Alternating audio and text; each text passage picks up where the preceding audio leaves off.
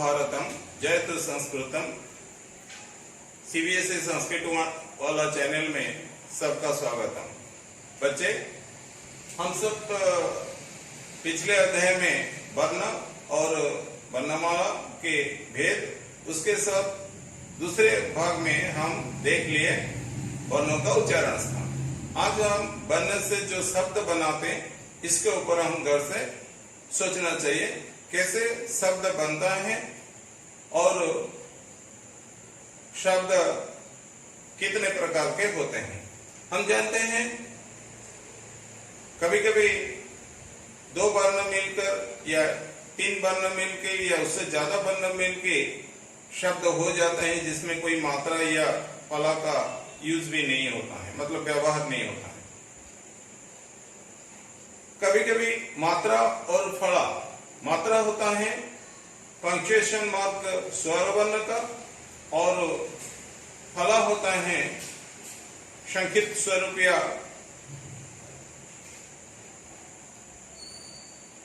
व्यंजन वर्ण का। इसका प्रयोग करके हम शब्द बनाते हैं।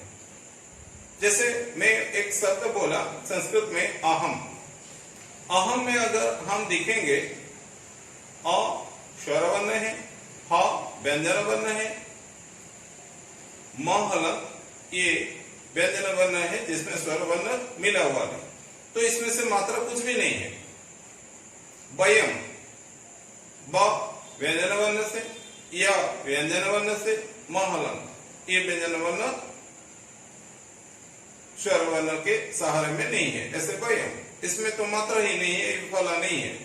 परंतु जब हम बोलते हैं मह्यम तो भ्यम, इसमें हम देखते हैं कहाँ मह्यम में ह और या संयुक्त वर्ण है, तो भ्यम में टाव में छोटा ऊ का मात्रा आ जाते हैं।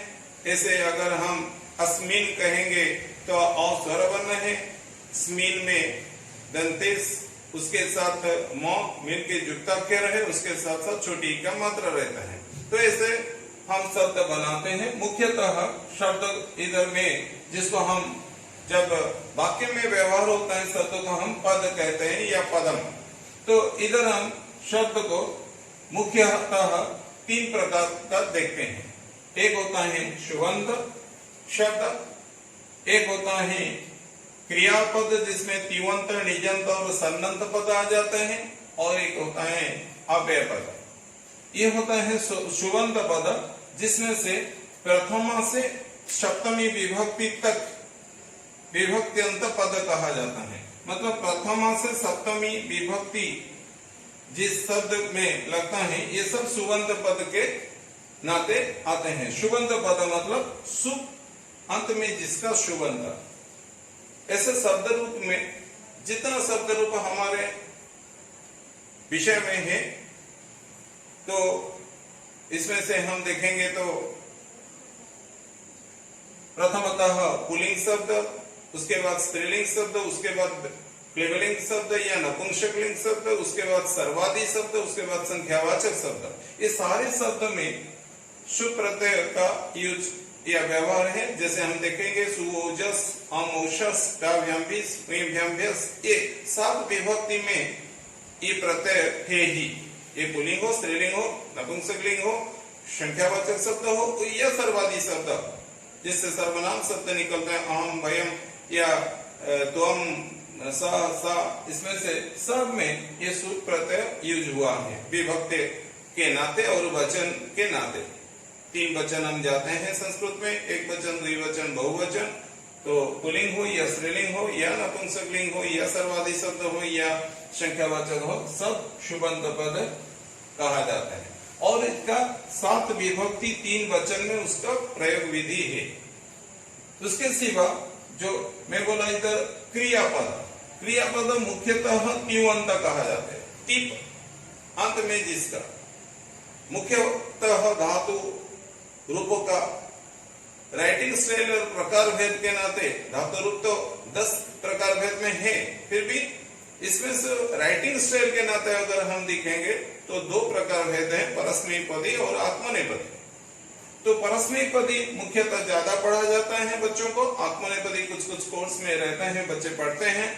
जैसे लव धातु, सेर धातु, सी धातु, आस धातु, ये सब। तो शुभंत से शब्द निकलते हैं जिसको हम प्रथमा से सप्तमी विभक्त्यंत पद कहते हैं, और क्रियापद में से मुख्यतः तिङन्त पद निकलता है। तिङन्त पद, तो तिङन्त होता है धातु परस्मैपदी और निज हमारा आत्मनेपदी में आता है, जिससे मुख्य क्रिया हम निकाल दें। उसके सिवा निजंत, सन्नंत और भी एक है हमारा क्रुदंत।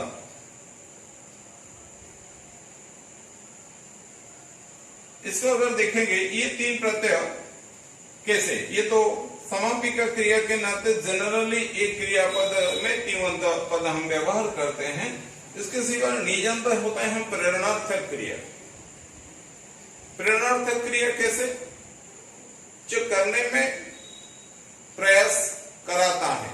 जैसे छात्रः पठति, शिक्षकः तं पाठयति या तं पाठयति।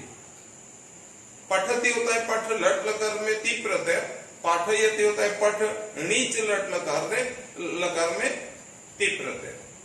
जैसे ददाति दापयति, नयति नाययति, हसति हासयति, ऐसा ही होता है। ये प्रेरणार्थक क्रिया इसमें से ही निकलता है। इसका सारे प्लेस में तो प्रयोग नहीं रहता है, कुछ कुछ प्लेस में जहां प्रेरण किया जाता है, कुछ करने के लिए आग्रह किया जाता है, आग्रह करने में प्रयास जो कराता है, वो जब यूज होते हैं, व्यवहार होते हैं, मतलब शिक्षक या दूसरे जन, तब ये दाययति, दापयति, नाययति, हासयति, पाठयति ऐसा क्रिया आ जाता है। तो वही टी प्रत्यय तिङन्त का रहता है, उससे पहले नीच लगा दिया जाता है। और एक होता है ऐसा ही सर्नंत पद, जिस जो क्रिया के नाते यूज होता है। सर्नंत मतलब ऐसा इधर भी, जैसे इधर ती प्रत्यय से पहले नीच आता है, ऐसे इधर भी नीच मुख्य ती प्रत्यय होते हुए भी उससे पहले सन यूज किया जाता है, जहां इच्छा अर्थ आता है। ये दूसरे के जरिए प्रेरण किया जाता है, ये खुद का जहां इच्छा रहता है। पठति, पाठयति नीच में था, पिपठी सती, पिपठी सती, जिगामी सती, इसमें सर इच्छार्थ का सन प्रत्यय आ गया। पिपठी सती मतलब पठ संति, जिगामी सती गम संति। तो इधर खुद का इच्छा जिसका रहता है, उधर ये प्रत्यय आ जाता है सन प्रत्यय, इसको सन्नंत प्रत्यय कहा जाता है। और एक जो हम बीच में दिए क्रुदंत प्रत्यय, ये कृत प्रत्यय होता है। ये कृत प्रत्यय में जो सब प्रत्यय आता है, कुछ प्रत्यय लगने से क्रिया समापिका हो जाता है, मतलब कंक्लूडिंग के नाते यूज होता है, जैसा तव, तवतु। और कुछ प्रत्यय ऐसा है जो असमापिका क्रिया बनाता है, जैसे त्वाच, ल्यप वगैरह। और भी ऐसे कुछ प्रत्यय होता है जो क्रियावाचक विशेष्य बनाता है, जैसे ल्युट, घाय। और कुछ प्रत्यय विशेषण बनाते हैं, जैसे शत्रु, सानच। तो ऐसे अनेक प्रकार का क्रुदंत प्रत्यय है, परंतु हमारा कोर्स में जितना जो रहेगा, जहां रहेगा, हम इसका ही डिस्कशन करेंगे। अर्थ के साथ उसको कैसे वाक्य में प्रयोग किया जाता है, तब उसका नरेशन हम करेंगे। हम देख लिए जो मुख्य शब्द होता है, ये सुबंत शब्द रहता है, जो उसका 7 विभक्ति 3 वचन के नाते व्यवहार किया जाता है। इसका लिंग जो भी होते हुए भी, पुल्लिंग, स्त्रीलिंग, नपुंसकलिंग या सर्वादि शब्द या संख्यावाचक शब्द होते हुए भी उसका ये प्रत्यय, सुप्रत्यय यूज होते हुए ये प्रयोग प्रथमा से सप्तमी तक में रहते हैं। और क्रियापद में हम देख लिए मुख्य तिङन्त क्रिया कहा जाता है, जो हर एक प्लेस में समापिका क्रिया के नाते यूज होता है लकार के मुताबिक। वो लट लकार हो या, हम तो जानते हैं धातु रूप में 10 लकार होता है। 10 लकार से हमारा पढ़ाई में 5+1 6 लकार हम पढ़ते हैं। सीबीएसई कोर्स में 3 लकार का ज्यादा प्रयोग बच्चों के लिए आवश्यक रहता है। लट, लंग, लुट। लट मतलब वर्तमान काल, लंग मतलब अतीत काल या भूतकाल, लृट लकार मतलब भविष्य काल, ये तीन का ज्यादा प्रयोग रहता है।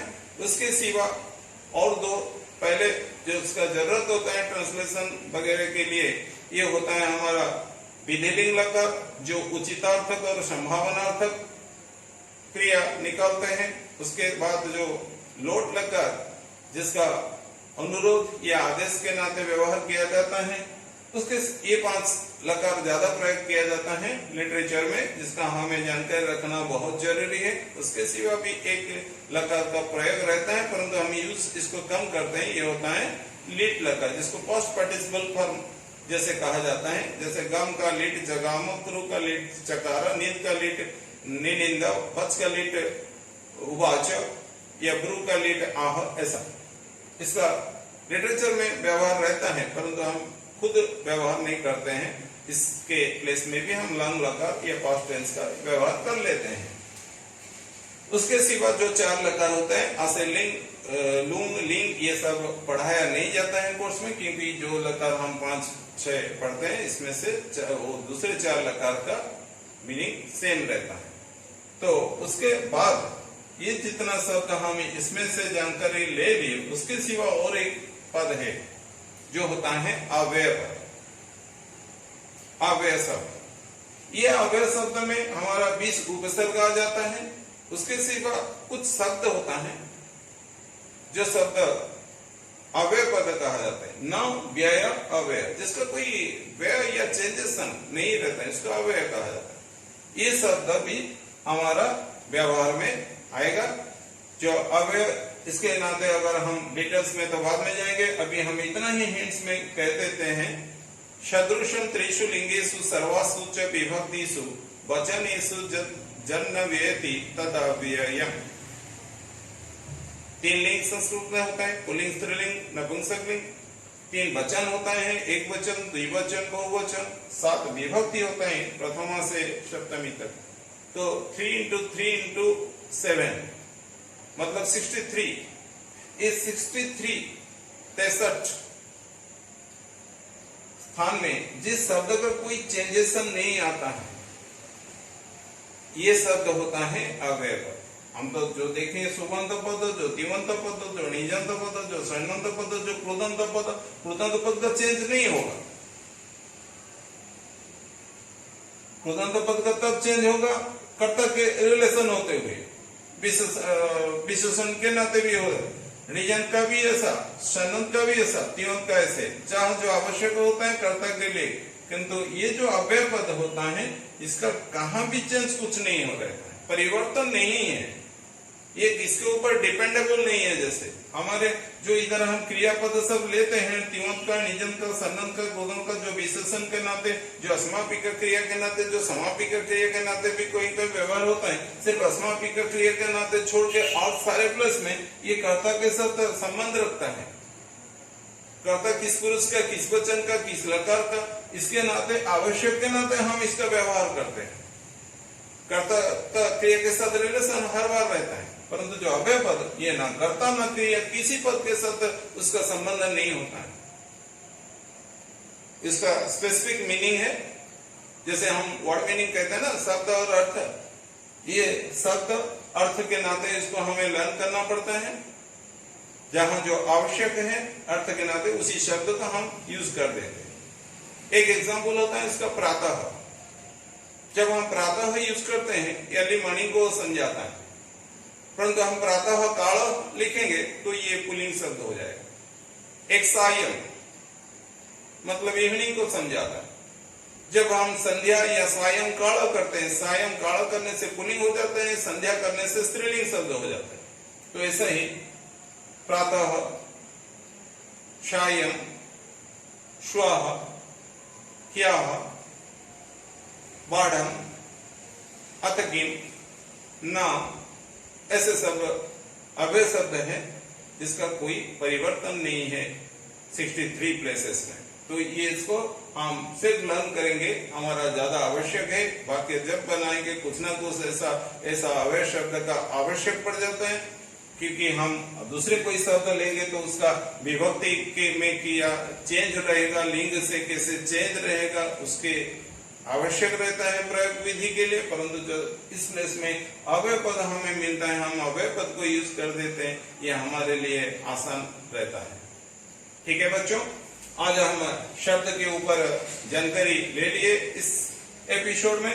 इस एपिसोड अगर आपका शब्द ज्ञान के ऊपर जो रहा, हम तो ज्यादा बाद में देखेंगे, परंतु इस जो संक्षिप्त स्वरूप में हम शब्द का भेद ज्ञान ले लिए, जो वाक्य में हम बाद में जाके व्यवहार करेंगे, ये ज्ञान आपके लिए अच्छा रहता है तो आपका समझदारी के लिए अच्छा लगता है तो आप इस चैनल को लाइक, सब्सक्राइब और शेयर करके इस चैनल को आगे बढ़ाते जाएंगे, बच्चों में फैलाने में सहायक बनेंगे।